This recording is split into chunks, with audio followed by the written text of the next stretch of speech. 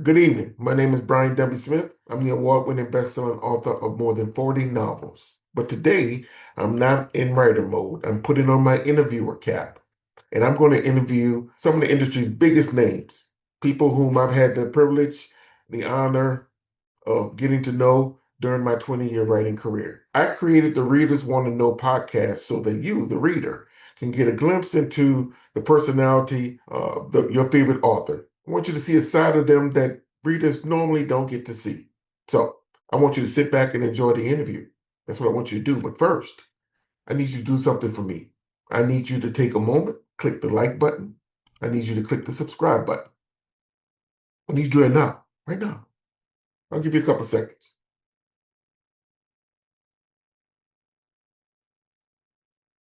You did it? Good. Let's start the interview.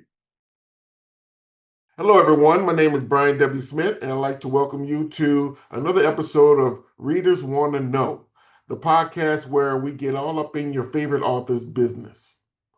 My guest today is an NAACP Image Award winning author of the hit novel 40 Acres, as well as the co-author of the hit mystery series Sounds Like a Plan, which he co-authors with another NAACP Image Award winner, Miss Pamela Samuels Young. When he is not writing hit novels, you can find him writing movie scripts. Uh, so I could go on and on about this guy's resume, but I'd rather go ahead and introduce you to uh, the phenomenal Mr. Dwayne Alexander Smith. Dwayne, welcome to the show. Hey, how you doing, Brian? Uh, Nice to be here. Thanks for having me. No doubt, bro. No doubt, no doubt. I appreciate you coming on. I started your introduction talking about 40 Acres and winning the NAACP Image Award. Mhm. It's been, I mean, we've talked sporadically over the years and have appeared places over the years. But the last time we talked, it's probably been a couple of years ago now. And Yeah. I distinctly remember you saying to me that rapper Jay-Z slash Hmm. business mogul had optioned your NAACP Image Award winning novel 40 Right. Acres. Hmm. What's the update on that? What's the status? Well, it's been in development for a long time, but for a good reason. Like the people who are trying to make the movie, they're trying to make a big movie, like a big, important movie, So some producers have come and some producers have gone. But right now, we got like an amazingly strong team. So we got Aaron Kaplan, who's like head of Capital Entertainment, is one of the biggest TV producers. He got a bunch of shows on TV. We got James Lasseter, who used to be with Will Smith's company, and Hmm. he's works for Jay-Z. Hmm. We have a company called Higher Ground, which is the Obamas. So the Obamas are producers on 40 Acres now. Wow. Yeah, and we have Antoine Fuqua as a director. Whoa. Yeah, so it's come together really nicely in the Man, I'm last. so happy for you, man. Thank you. Thank you. So they've been, it's been taking a long time, but it's slowly Yeah, building but up with names something. like that, let it marinate, let it cook, man. Um, what I'm happy to hear is that it's just not option that's stuck on someone's shelf. It's actually going to go into production, sounds like. Well, yeah, it's been developed, like I said, it's been developing for a long time. They keep renewing the option and the reason I haven't taken it away from them is because they have very high goals for the project, in terms of the names they're talking about to be in the movie and I mean, the producing, I couldn't get a better producing team. So I'm No. not, I'm just going to let them do what they do. Hmm. Because they want to make the best movie possible. So I'm happy. I'm very the Antoine Fuqua thing just happened a couple of months ago. Man, look, So that in itself is mind blowing. That guy's yeah, you can't get much bigger than Antoine. I know, I know. It's like believe me, I was shocked when they called me and told me that. Yeah, I no was shocked doubt. when they told me about the Obamas. I was like, wow, the Right. Obamas? And then Obama's their EPs on it. Huh? They're going to be executive producers. Oh yeah, they're producers on it. Yeah, their company is part of the producing team. Yeah. That's phenomenal, man. Um, so the other day, I thought about you. I don't know what I was watching, man. Something came across my Facebook timeline. Do you know there's a movie out there called Oh, 40? 40 acres. Oh yeah. Hmm. And my first thought was, damn, slow feet don't eat. I hope this doesn't throw a monkey wrench in his plans, you know. So All right. clearly you've heard about that. What was your Oh thought yeah. process when you saw that? Well, I mean, there's no similarity to my No, story it's versus not. the It's not. title. Just the title, Hmm. Um, and there's been other movies with similar titles, and this is just not a big look. I think I heard the movie was really good. I haven't seen it yet. Heard it's Hmm. really good. Hmm. And it's a very small movie, So my movie, even at this point, my movie probably won't hit the screens until like 3 years from now. So at that Hmm. point, it won't really make that much I of a feel you. difference. I feel you. Yeah, See I'm not that worried about that, but you know that is a veteran screenwriter's perspective. it. Yeah, probably. Because yeah, it Some people is. get worried. Because Yeah. I would have freaked out, right? Like, oh no, the world's coming to Nah, an end, right? if it was similar, if it was like a similar idea, like if I felt somebody had ripped me off or something like that, that would have been different. But it's so different from what I read about it. Yeah, right, It's right. so No, different. I watched the trailer. I watched the Okay. trailer, and the similarities pretty much stop at the name. Yeah. And Um, also their titles with the number 40, and mine is with the word 40. right, right. No, that's a good point. That's a good point. I noticed that as well, man. I'm curious. I'm curious at this stage in your career, though, when you are asked what it is you do you describe yourself as a novelist or a screenwriter? I say I'm a writer. I'm a writer and a producer because I make movies too. So I'm a producer. I'm a writer. I say I'm a writer first. I make my living as a writer, and I also produce movies. But I say I'm a writer, and then to get more specific, I say I write books and I write movies. Okay. People always say, "Well, which do you like better? You like writing books better or movies better?" I like writing books better because books I have more control. A movie screenplay is just a blueprint for something else, Right, but a right, book is like my book. It's right. mine. No, I feel So I you, like man. writing books better. Yeah. Which kind of brings me to my next question. The new project that you have with Pamela Samuels Young, The Mystery, how did that come about? So when I met Pamela, I mean, I met her when my book first came out, like 2014, something like that. So when I met Pamela, we became friends, and sometimes I would just joke around, say, "Hey, we should write a book together," and we never could think of anything. But then I came up with an idea. I came up with an idea, which was to do a detective type book where it's two point of views. It's like a male and a female working together, like a kind of like a moonlighting dynamic. And then the way you would write it would be like I would write the guys chapters and she would write the female chapter, and it alternates. So it's Jackson and Mackenzie, Mhm. Jackson, Mackenzie. And I said, it'd be easy for us to do. We only have to write half a book Okay. each. Oh yeah, no doubt. you No, know, you're right. and I told them I would outline the whole book. So I outlined the first one, I outlined the whole book, and then we just did it. It was So all of that flirting and sexual attention in that first book can be attributed to your devious mind, I guess so. I mean, well, huh? the plot wise, but Between the Pamela, characters, I mean, right. Pamela really like she brought the character of Mackenzie to life, like, and she did things with that guy. Like we would have arguments because she would change because I do a very detailed outline. Like Hmm. I'm very like my outline for that book is like 30 pages. It's long because I Hmm. do very detailed, chapter by chapter. And then she would write the chapter and she would change stuff. I'm like, what are you doing? Yeah. But she has to bring her own voice to it. She has to make it come alive. That's the biggest challenge. I've co-authored books with people, and that is the biggest challenge. Trying to blend styles and trying to give the other person the space to be creative. Because if they don't have space, or if you don't have the space to let your voice flourish, then you might as well just give the entire outline to one author and let he or she just write it. Right. Right. So I like the idea of the characters actually having different voices, if you will. Yeah. There's nothing worse than a book that highlights or features two protagonists and they both think and act alike. Like, what are we doing here? Yeah, So, exactly. I was. I was resistant, but at the same time, I'm always on the side of making things better.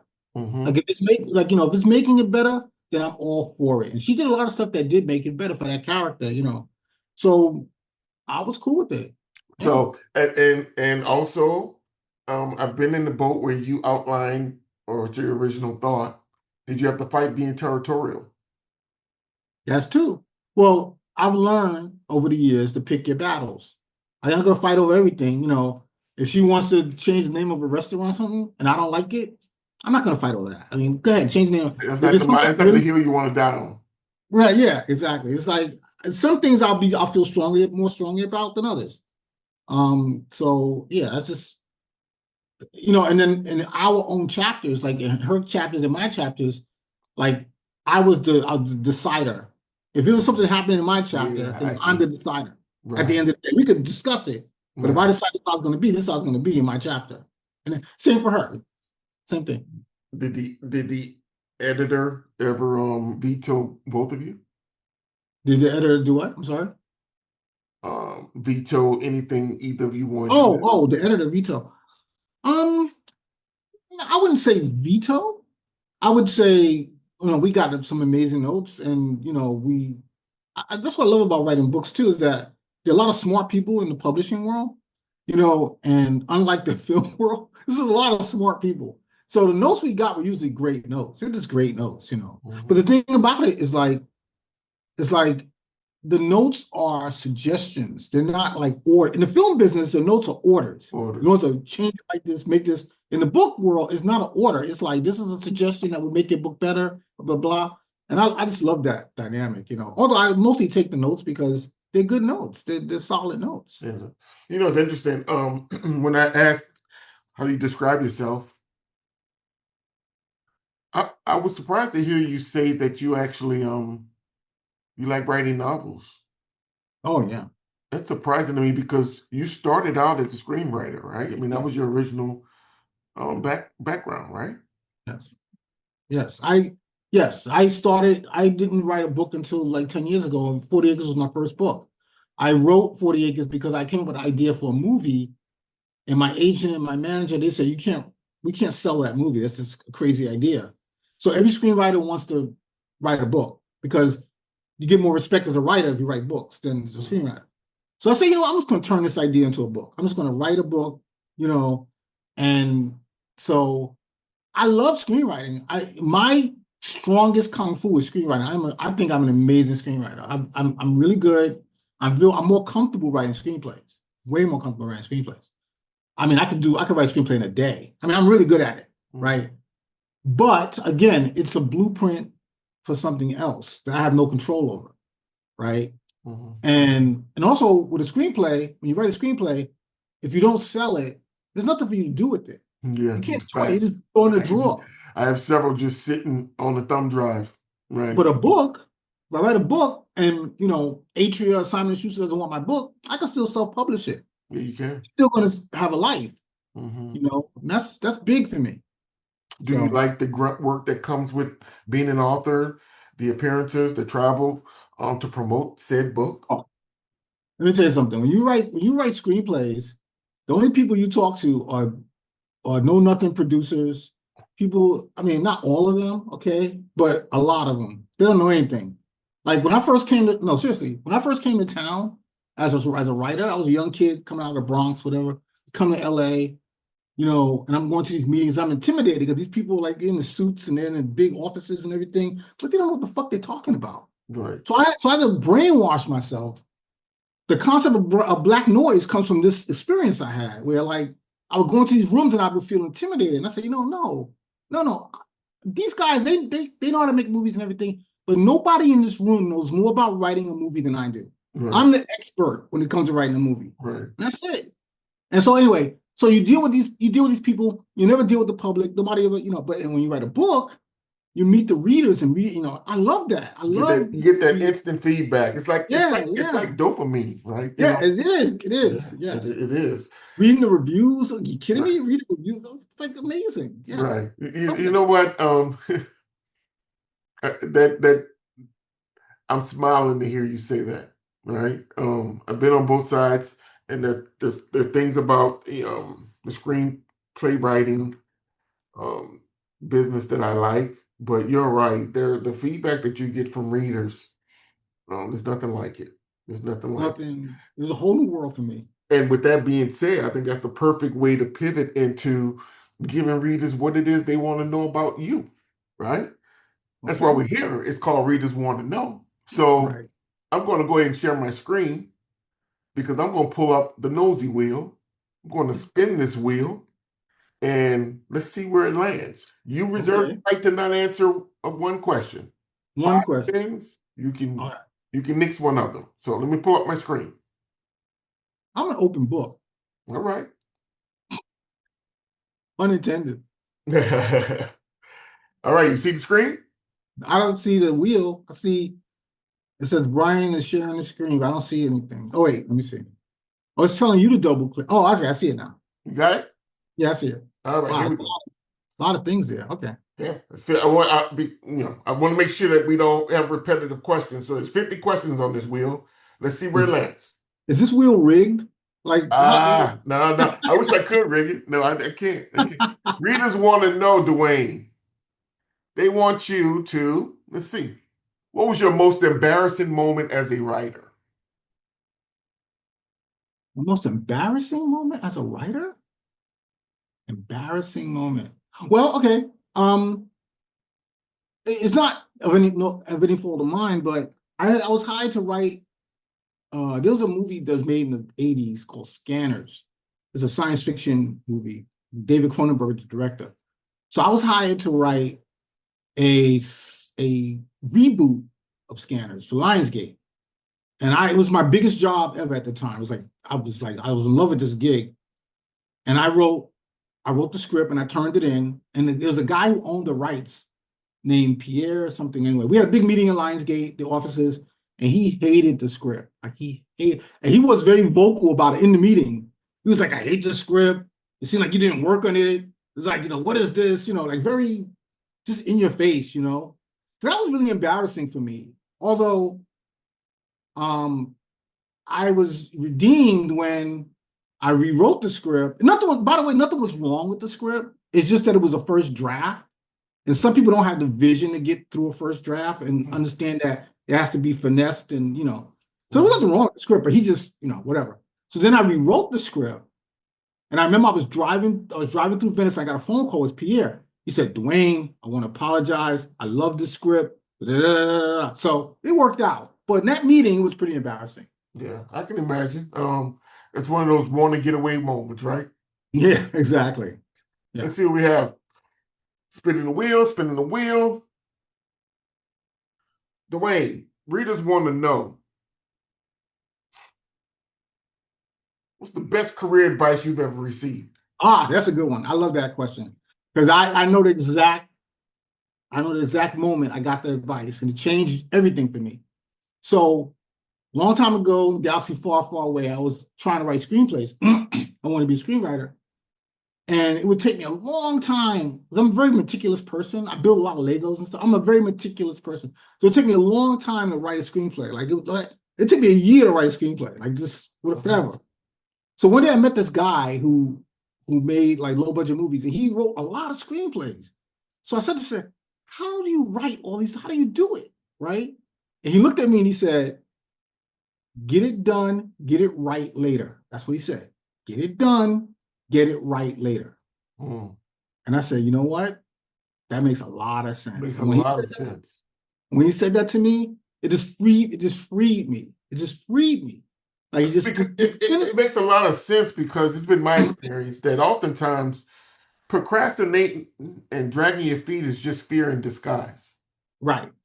You're right. Yeah. Yeah. And get it I done. just I like that. Get it done. And get it done, get it right later. I like that. So I would just so at that point I'm saying I'm just going to write this. I'm going to write the script, get it to the end. And then you have to read because writing is rewriting. Everybody tells you that, and it's true. Mm-hmm. Writing is rewriting. So why are you so that first draft is never the completed draft. No, it's never. Never. Let's spin this wheel one more time. Let's see what's happening. Dwayne, readers want to know,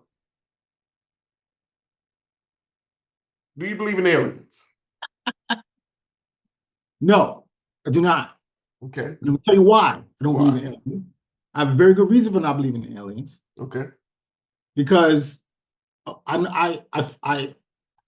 from a science background. I went to school for engineering, so I love physics and all that stuff.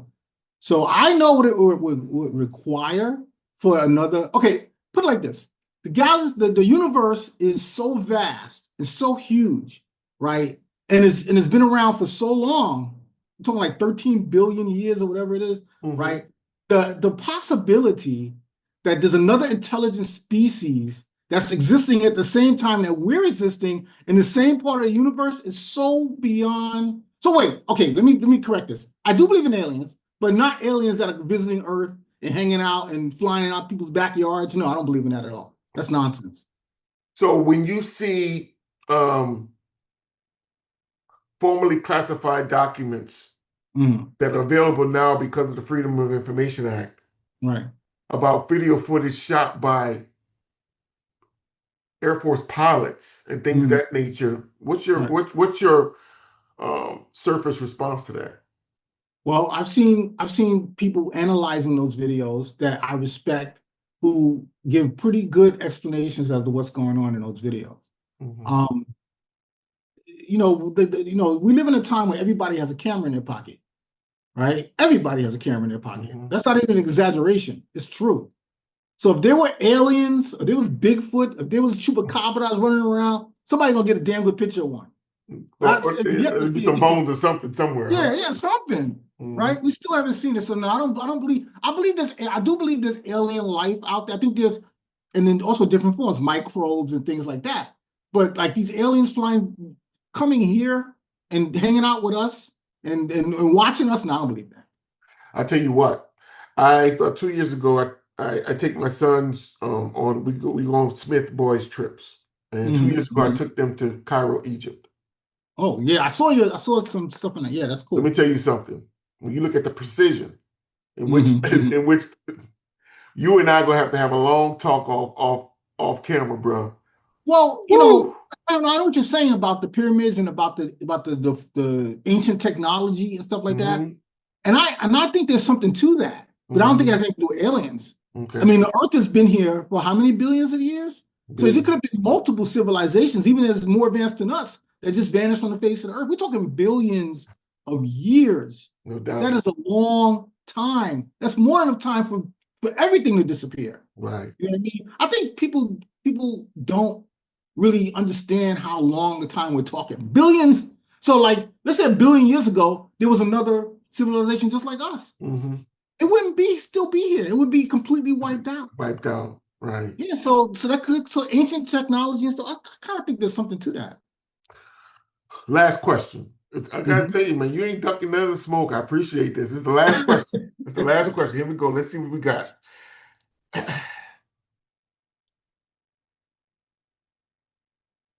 Dwayne, readers want to know, do you remember your first fight?